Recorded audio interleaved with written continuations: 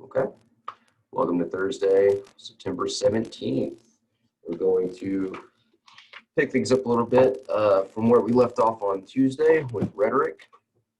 And again, we'll have some time to work on reflection SAT in class. So off the bat, we covered what's known as the rhetorical triangle, right? This was ethos, pathos, and logos. So going off of your notes real quick, what is ethos? Again, first reaction gets it.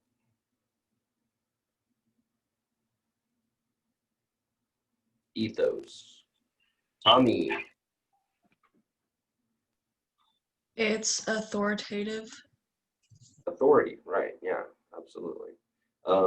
It goes by a couple of other names. We mentioned authority and anybody else?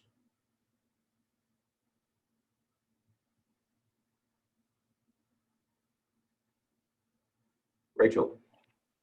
Credibility. Bingo. Okay, so these are the two most common definitions of ethos. Okay, Adam, please turn your video screen where we can see you. Okay, cool. What about logos? Logos.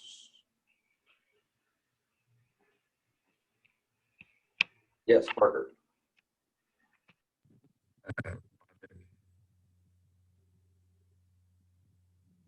Sorry? Logic. Very good. Absolutely logic. We can also think of this as common sense, right? Very good. Finally, pathos. What do we got? What is pathos, y'all? Or pathos?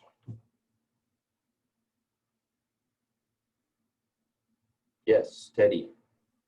It's like emotion. Bingo. It's emotion. Absolutely. So emotional responses. So we looked at a couple of examples. We talked a little bit about some commercials that we like a lot and why we like them. We looked at the slogan exercise, right, and tried to kind of break things down at the word level. Now that's a really cool thing when we're looking at literary analysis, which we're going to get to after this one. It'll be essay module 3, looking at the word for rhetorical value. So here again, we're going to be dealing with commercials for the comparative rhetorical analysis.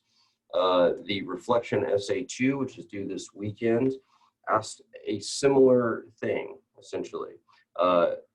What is a behavior that you see others display that is annoying, upsetting, angering, and why? So here, we're going to need to kind of break down that behavior and determine exactly what about it is annoying or frustrating, whatever it may be. Now there, we will be able to include a little bit of rhetorical analysis in there, okay? For instance, one of the things that annoys me in conversation is whenever it gets heated, it gets upsetting, like people are yelling at each other. And the reason being is that there's too much emotion that's going into that argument. People are feeling more than they're thinking, which causes them to behave in an aggressive way or a way that is driven completely by the emotion rather than a logical thought process. So just in that little quick example, we can see how we can bring in the rhetorical triangle. Again, that is ethos, pathos, and logos. Okay, it's the formal consolidation of those terms, the rhetorical triangle.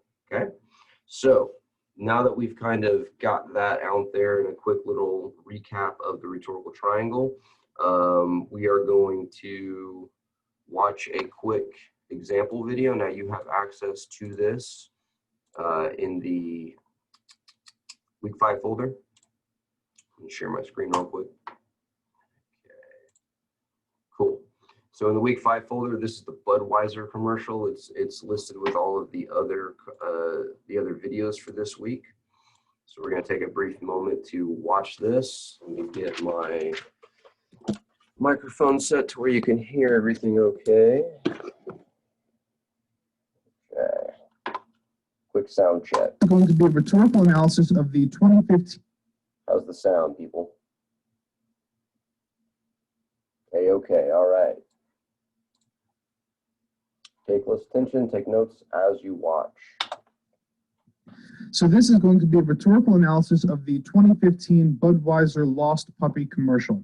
This puppy thing has been going on for a while now with Budweiser, so it's worth thinking about in terms of rhetorical strategies and what they're really trying to do here. So before we begin, we can already unpack some of the basics here. We know that the speaker is Budweiser, it's their advertisement, and their target audience, well, there are a few obvious answers, and none of them are necessarily correct, but they're obvious.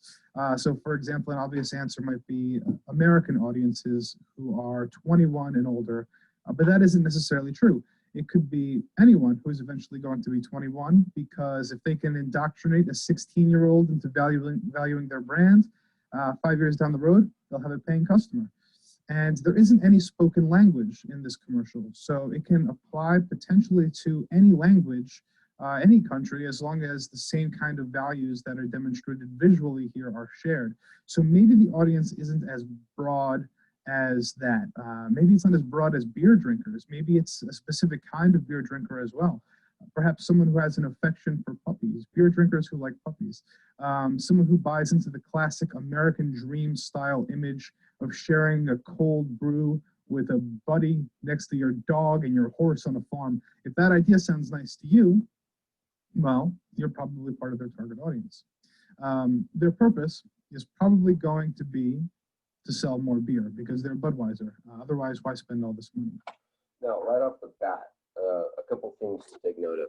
We just spent a considerable amount of time talking about the audience, right? Who this commercial is intended for.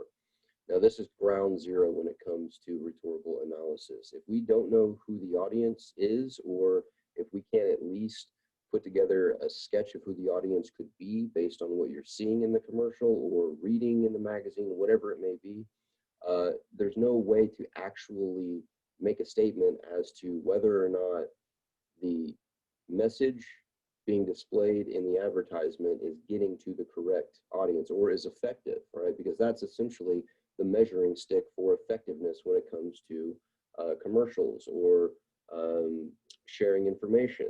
Is the message being received by those who should hear it or see it? So we have to know who the audience is. If we don't know who the audience is, there's no possible way for us to make any kind of assumptions as to whether or not the rhetoric being used is effective or ineffective. Okay, so we got to know who the audience is. That's ground zero. Continuing. But how have they wrapped that all up? That's what's really interesting about this kind of commercial. What's the message going to be here, and how will that message sell more beer? It's probably something about Budweiser and friendship. A tight little sales pitch. Okay, so let's see how they do it. Okay, so in addition to the audience, we have to try to understand what the purpose of the advertisement is. Okay, now we talked a little bit here in this video. This video briefly mentioned the obvious, right? The obvious thing about a commercial is that it's meant to sell a product, right? But we see some commercials out there sometimes where the product is withheld or hidden until the very end. So not only a product, but also an idea, a feeling, an emotion, right? A lot of times commercials rely on nostalgia or a lot of emotion, a lot of pathos in order to get you to feel comfortable or confident enough to buy a product. Okay, so is it just a product, or is it an idea that's being sold here, or is it a combination of both? You can't get the product unless you buy into the idea first. All right, so ground zero for understanding the rhetoric being used in a commercial, anything really, the divulgence of information, we'll put it that way. We have to understand who the audience is. We have to understand what the commercial, whatever the means of information is, we have to understand what their message is. Okay, so audience, message, nail that into your brains. Now let's watch the video more. From the get-go, we've got this guy. He's white, he's probably American, ambiguous age. Is he 25? Is he 35? Is he 45? Who knows? He's wearing a hat, and he does a very nice job of disguising his age there. And of course, the hat says Budweiser on it. And we've already got plenty of visual rhetoric to talk about here. Budweiser is for hard workers. Budweiser is for cowboys, etc., etc. We could do this all day. Okay, let's move forward. The puppy emerges from the hay. This is Pathos City. You could make this your wallpaper and have just a pathos attack every time you look at it. Emotions are totally evoked here. Now, let's see if we can trace what Budweiser does with these emotions now that they've got a hold of them. Okay, so that puppy that we love runs outside because he's a curious little guy. And that horse gives him a little neigh, so that continues to foster this relationship between those two animals. And that's a relationship that actually began many commercials ago. So it's already existing and it's only deepening with this little moment. When I wake up, the curious puppy jumps into a car. Now, if we were doing a literary analysis, we might talk about symbolism, about lightness and darkness happening here, but instead we'll focus on pathos because that's the train that we are on. If you have half a soul, you're worried about what this little guy is going to do. Where is he going? Is he going to be all right? Is the horse going to miss him? There's no beer. There's really no logos or ethos happening here. It's strictly an emotional train that we're riding.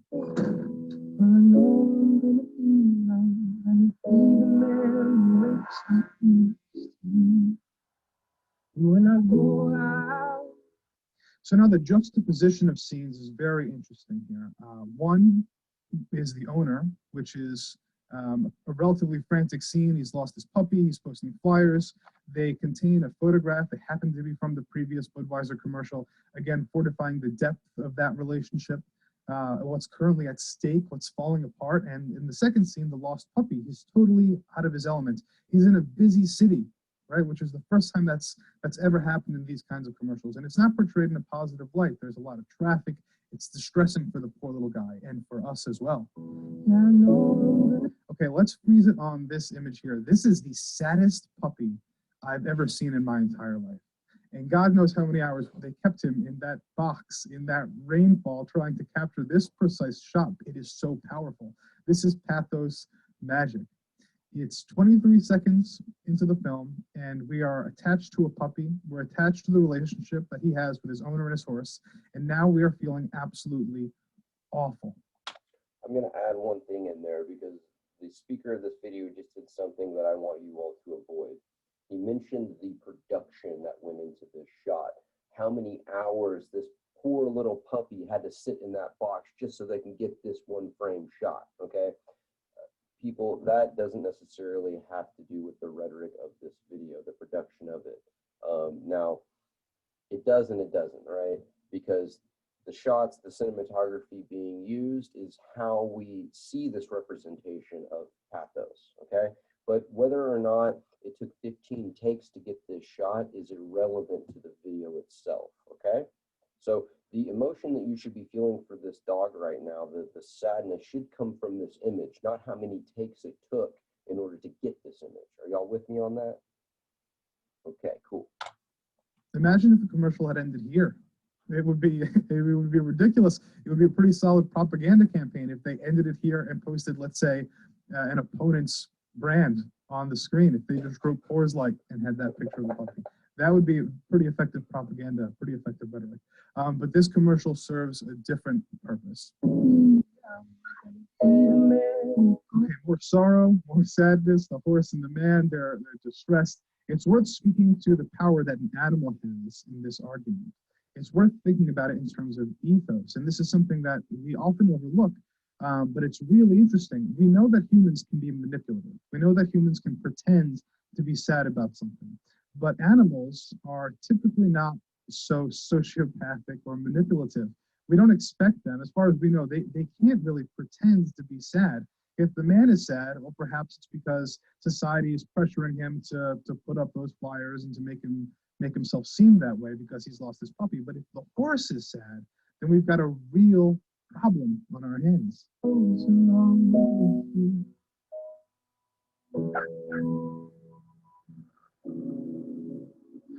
Okay, so the puppy goes on a little journey, more interesting light and dark stuff happening, and the predator is introduced. So here's a wolf. We immediately hate him. Regardless of what the wolf's life has been like, we hate this wolf. And it's because of the context. We are supposed to hate him. It's part of this pathos train that we're on. The speaker just brought up context, which is a fantastic thing to consider when examining rhetoric, right? Wolf. We see a wolf. What's the first thing we think? Danger, right?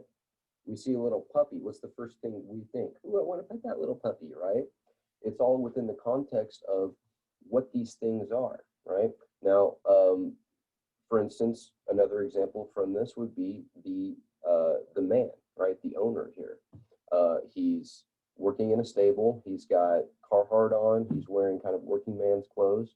We would assume that he's a farmer of some type, or he primarily raises and breeds horses, let's say. We don't know anything about this person.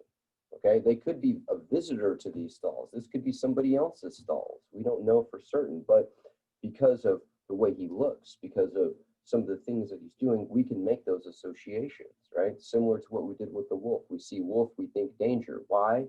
Because wolves are wild, because wolves are carnivorous, because wolves eat other animals, because wolves have attacked humans before. Y'all with me? Context, very important.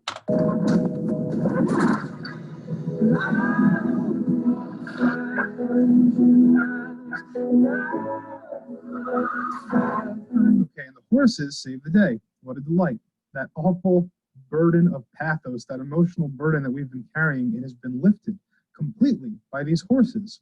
And they are the heroes. So what's the message there? That even in your darkest hour, it's your friends that will bail you out. It's not your owner. It's not your family. It's not your mama and papa Labrador Retriever. It's not a superhero. It's not a religious entity. It's none of those things. It's your buds. That's who bails you out in your darkest hour, your buddies. Buds, as in Budweiser. Interesting, huh?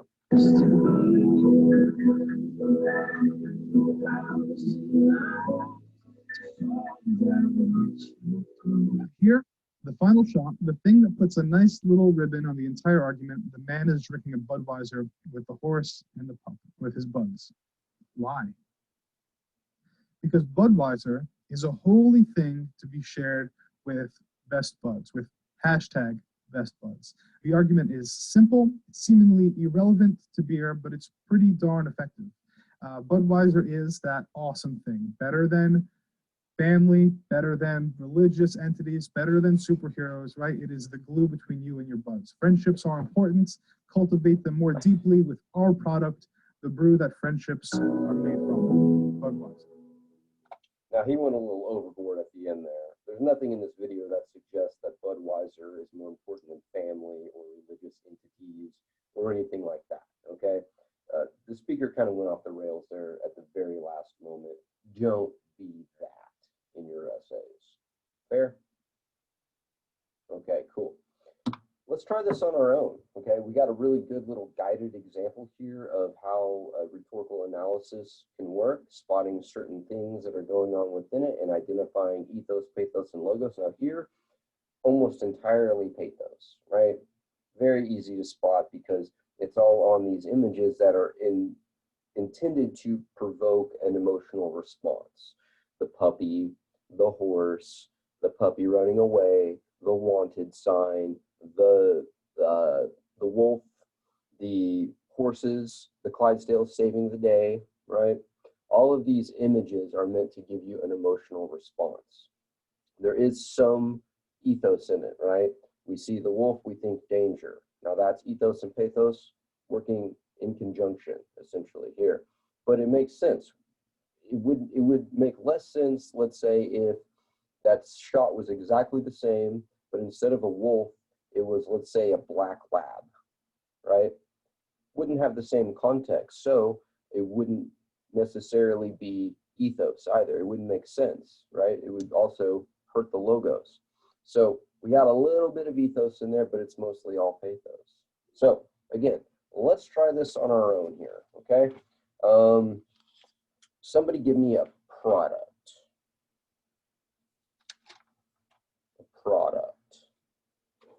First reaction gets the call.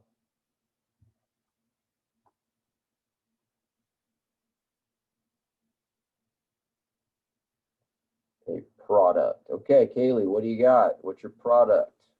I'm gonna say we were on tires. Tires? Yeah. Seen the tire commercials, right? Commercial. Tire commercial meme came up almost immediately. That was hilarious. Okay, go with this Michelin one. All right, we're gonna watch this, and then we're gonna talk about the rhetoric being used in this Michelin tire commercial. Here we go.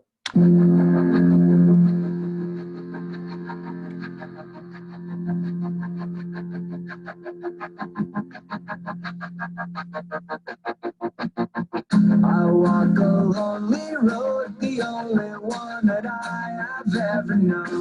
Don't know where it goes, but it's only me and I walk alone.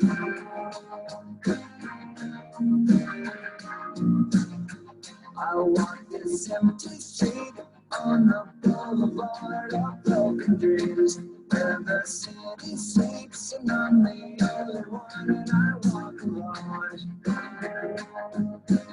I walk alone, I walk alone.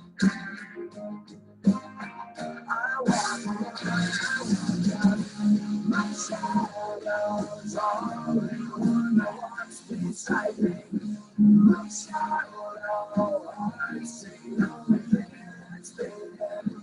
Sometimes I wish someone out there will find me. Today when I walk alone.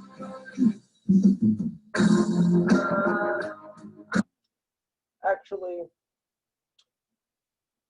let's do a different video because this is obviously a recut from the movie Tire. I don't know if anyone's ever seen that, but it's a horror film about a killer tire, and it's very, very stupid. But if you are into stupid movies, it's a really good one. Let's pick a different tire commercial. About 2/3 of the way through, I was like, I've seen this before. Let's see. Let's just try framing this a little bit better. We'll call it a Michelin tire commercial. Okay. Better.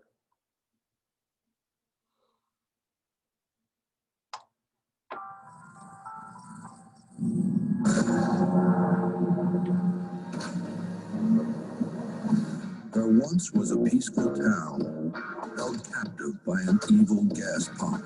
The evil gas pump grew more powerful as it fed on the townspeople's hard-earned money. But along came the Michelin Man, who reminded them the right tire changes everything. And with fuel-efficient tires in place, that evil gas pump wasn't so evil anymore. Michelin Energy Saver AS tires can help save up to 109 gallons of fuel. Michelin, a better way forward. Okay. That was better. Okay, so what do we get here? Let's just take it frame by frame, I guess, yeah? So right off the bat, this nice little frame here, what do we got? We got two people sitting in opposite cars, but they seem to be embracing each other. Ethos, pathos, logos, what are you looking at? It's going to be pathos, appeal to emotion because of it's like a love scene. Yeah, exactly, right? You got two people embracing. Now, it's a little weird, right? They're in two different cars. Is that typically the context that you see people embracing each other from two separate vehicles? No. So it's a little out of context and weird, but are we dealing with a cartoon? Is this animated? Yeah, it's animated, right? So because it's animated, we can forgive certain things. The context changes now. Are cartoons the same thing as reality? No, right? So they exist on different sets of rules. So yeah, it's a little out of context and weird, but it's also a cartoon, so we can forgive that, right? But definitely pathos here. Let's go forward. Kiss, more pathos, and then There once was a the giant money-sucking gas pump. What do we got there?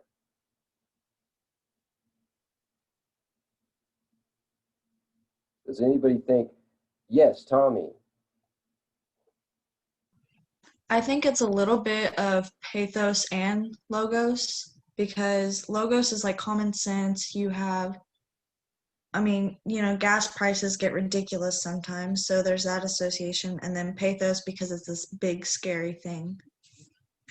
Well, yeah, it's represented as a big scary thing in this video, right? It's got the snarling face, it's huge, it's got these pumps that are literally sucking up people's money, right? Yeah, absolutely. And logos you mentioned, which is interesting because it is true that gas costs money. It is true that gas prices sometimes are astronomical to where it seems like you've got to take down a second mortgage just to fill up your tank, right? So yeah, absolutely. We got both of those going on there. Do we also have a little ethos as well? When we see the gas pump, do we think, oh, this is going to be cheap? When we see a gas pump, do we think this is going to cost money? So we got a little bit there as well. We recognize the object and we know that it's going to require money to use, right? So we really got all three with the gas pump. It's kind of neat. Peaceful town held captive by an evil gas pump.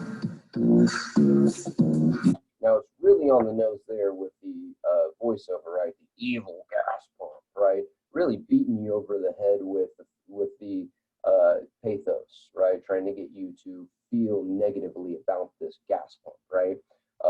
Really, in and of itself, I mean, look at it. It looks like some weird monster out of an anime, right? We don't necessarily even need the extra beating us over the head of the description here, but it's there just in case you missed it. The evil gas pump grew more powerful as it fed on the townspeople's hard-earned money. Along came the Michelin Man, who reminded them the right tire.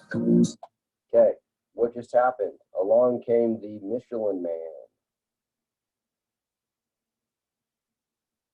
Ethos, pathos, logos. What's the Michelin Man?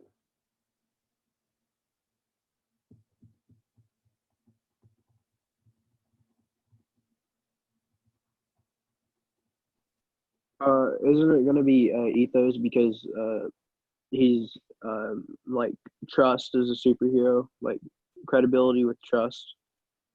Well, yeah, but the Michelin Man's not a superhero, right? He's a mascot. He's a mascot for the Michelin Tire Company, right? So you are correct. It is ethos, but it's ethos because the Michelin Man is their mascot. He's a recognizable face, right? Ronald McDonald does the exact same thing for McDonald's, right?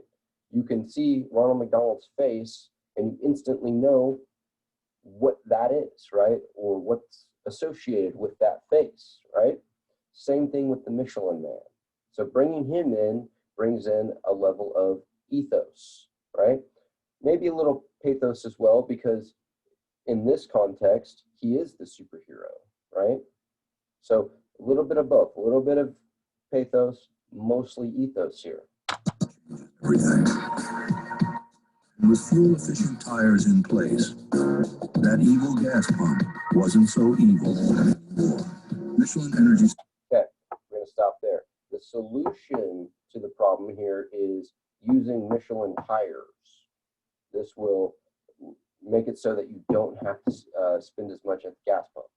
Now, we got to prod that a little bit, okay? Do tires help gas mileage? Yeah, they do. Absolutely. A new set of tires will get you better gas mileage than an old blown out set of tires. Do they have to be Michelin? Maybe, maybe not, right? Michelin is offering tires that are intended to help you with better gas mileage. Okay, great. That's cool. So we got a little bit of logos going into that, but is that the thing that's going to make a huge difference? Maybe, maybe not. You might need to clean out your gas tank. You might need to give your engine a tune-up. You might need to change this or that, right, to get better gas mileage. Tires are just one step in that. So what we have here is a bit of a logical fallacy. We're going to talk more about that next week. It's a break in the logic. It's when the logic is not sound, essentially, is probably the best way to say this. Here we're offered the miracle cure, right? The miracle cure solution. Buy these tires, don't have to worry about high gas prices anymore because you're going to get better gas mileage. Well, we know that that's inherently not exactly accurate, right? There are other things that need to go into getting better gas mileage on your vehicle. Tires are just one step there.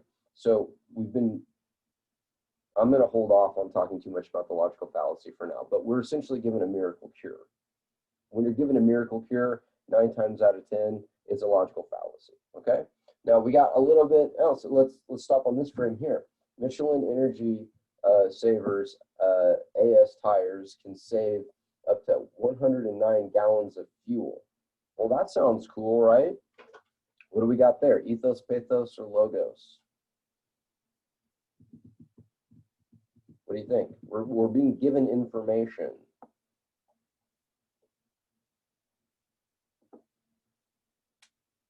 More insight about these tires. It's not just that the Michelin man's going to appear out of thin air and start throwing tires on cars, right?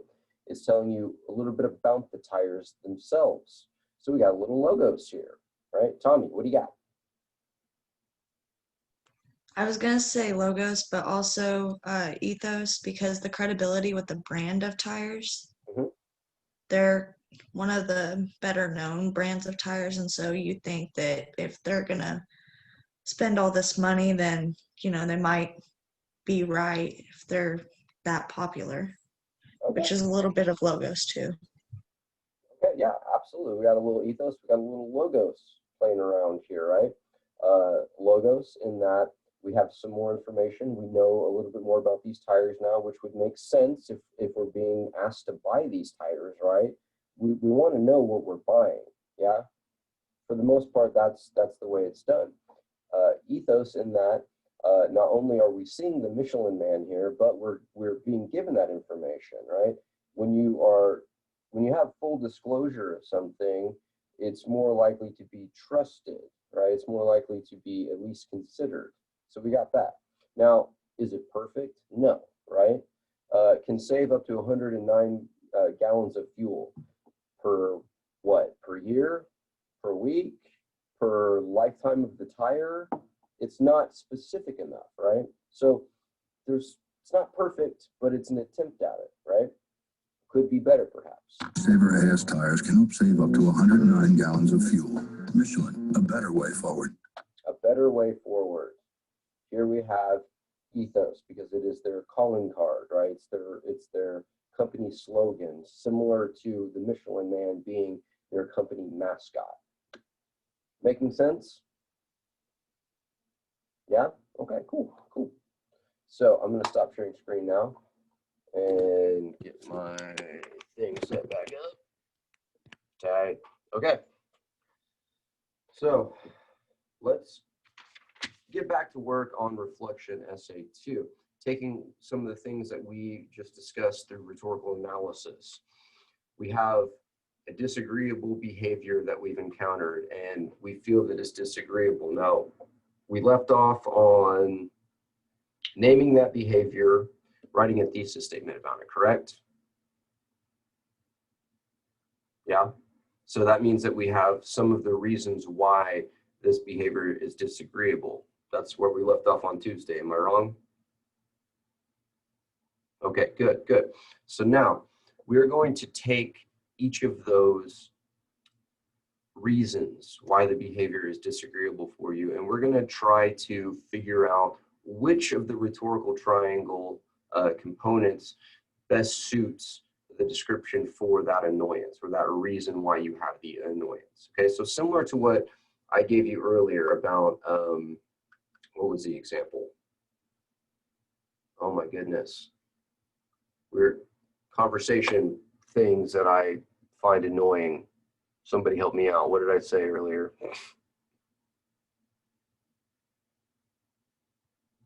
Yes. Tommy? Okay, I'm pretty sure I remember it was people who kind of get a little bit too emotionally invested, and they stop talking about whatever it is we're talking about, and it turns into a yelling match, right? Here, too much pathos, not enough logos. That's the thing about it that irks me, okay? So we're gonna take a similar approach now with the reasons why the behavior you've selected irks you. Sound good? Do we want to talk about some of these and try to kind of work on it together? Actually, let's do that. Somebody react and give us one of the reasons why the behavior you've selected annoys you. And we're going to try to deduce what corner of the triangle this best suits. So first come, first serve, we're helping you do your work, which is your incentive to participate.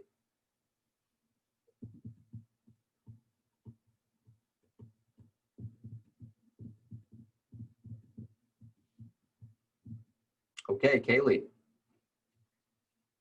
So first off, tell us what the behavior is that irks you. It was when people say it's going to be less time than it is. Right, when they're They're late. going to get there. And then the one that I got that was just most prominent was that it's a waste of my time. Okay, very good. So the behavior is people being late to things. One of the reasons why is that it's a waste of Kaylee's time. So ethos, pathos, and logos. Which one is this? A waste of time. Would it be ethos because of credibility and trust? Like somebody like saying it's going to be less time than what it really took. Perhaps it could be, but it's probably more so a different portion of the rhetorical triangle because with that, it could be a loss of credibility, right? But is that inherently true? People are late all of the time, and they're still deemed credible. Tommy. A little bit of it's pathos with the wasting my time that has an emotional connotation on it. Sure. And it's kind of like a common sense thing. If you say you're going to be here at a certain time, then most people are there at a certain time. Sure, absolutely. More so than any of the others in the rhetorical triangle, it's logos, right? It makes sense that if you make plans to be somewhere and you're there on time and the other person is not there on time and you're sitting there waiting, is your time being used effectively as you intended it to be? No, it's being wasted. It's common sense, right? So it's mostly logos. Now, if the response to that is always being upset about it, then yeah, absolutely. Pathos comes into play then, right? But if you don't get mad about it, well, then maybe it's only logos, right? So it kind of depends on the person here, Kaylee. This is your opportunity to kind of figure that out. Is it all logos? Is it logos and pathos? You tell us. Somebody else. Reaction gets it. Again, we're helping you do your work, so that is the incentive to participate. What is the behavior that irks you? What's a reason why?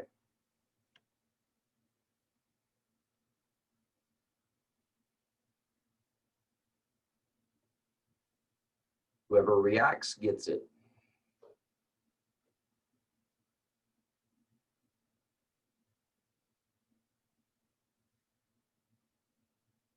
Rachel. Okay, mine was when you go to like a concert or a show and someone is disrespectful and they won't stop screaming. Okay, very good.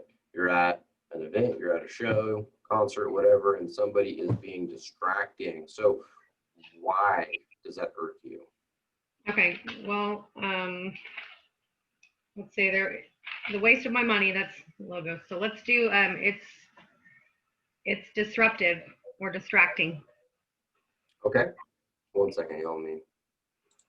Okay, it's disruptive and distracting. Is that what you said? Okay, good, good.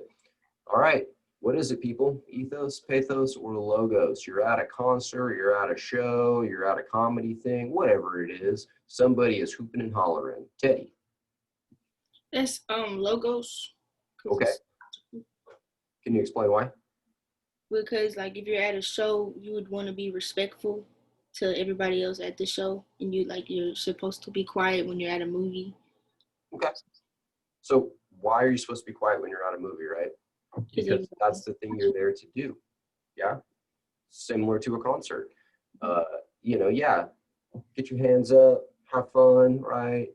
give it a hell yeah on your favorite song, but ultimately everybody is there to see the performance. They're not there to see somebody in the crowd heckling the performer or causing a big scene. So yeah, we got a little logos there. Is that it?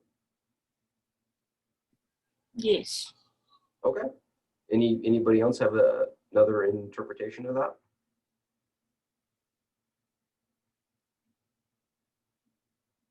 Kaylee. I would say that there's some like pathos if like your reaction is that you're like upset, you know? Good. Like I feel like makes your skin boil or something. Like I would say that's pathos. Okay. So it could also be a bit of pathos as well. It's probably more so logos, right? Because again, the purpose of being at this concert is to see the performance. It's to hear your songs, right? All that stuff. If somebody is disrupting that, then you can't hear it, right? So logically, we would be a little upset about that. Being a little upset about that, here comes the pathos, right? Very good, very good. Somebody else want to take it? Do we feel like we got it? Is it making sense? Okay, cool. Let's continue working on reflection essay 2 then. Okay, so we have a thesis statement. Again, we should have a thesis statement rather. Again, that would be the behavior that is disagreeable to you. It annoys you, it upsets you, it angers you, whatever, however you want to frame that, okay? Whatever that emotion is, and then again, the reasons, I'm sorry, whatever that behavior is, and then again, the reasons why you find it to be disagreeable, okay? So again, whatever it is, reasons why it's disagreeable, those reasons are what you're going to focus on for your body paragraphs. Teddy, please pay attention. Those are the points you're going to be focused on in your body paragraphs. You're going to spend at least one body paragraph exploring each of those reasons why the behavior is disagreeable for you. Within those paragraphs, we talk a little bit about why it's disagreeable for us, okay, so in general, but then we also want to bring in ethos, pathos, and logos, all right? So think of it sort of a 50-50 split per body paragraph, okay? Explaining and making it clear why that behavior is annoying to you, and then including some of the rhetorical triangle to discuss and show why it's annoying for you. Does that make sense? Okay, introduction, same as we've always written so far. Conclusion, same as we've always written so far. Write a lead-in for the introduction that attempts to surprise, entertain, shock your reader, right? Get them interested, right? That's why we write that sentence as we do. We want our reader to be invested immediately. With the introduction, set up the behavior. Maybe there is a specific experience you have in mind where this behavior was displayed, okay? Give us that moment, right? Body paragraphs, we start talking about the reasons why we find this behavior to be disagreeable. Again, comment on it, maybe give us an example of it, bring in a little of the rhetorical triangle. Conclusion paragraph, one thing I noticed grading the memoir essay is that our conclusion paragraphs, pretty standard as far as this goes with early in the semester in a Comp 1 class. We kind of seem to lose our steam with it, all right? And some of us turned in like 2 sentences and called that a paragraph. 2 sentences is never a paragraph, people, okay? For the conclusion, no new information, reflect on the essay, right? What were the main points again? What's significant about your essay? What's the takeaway? For the thought-provoking note, the thing that you send your reader off at the end of the conclusion, perhaps, how can this behavior that annoys you be sidestepped? How can it be avoided? Teddy, please pay attention. If I have to tell you again, I'm going to remove you. Okay, any questions? Are we ready to continue working on reflection essay 2? Okay, cool. You got the rest of class, people. We're going to hang out on Zoom as you work. That way you can ask questions as you have them. I'm going to stop the recording though, okay?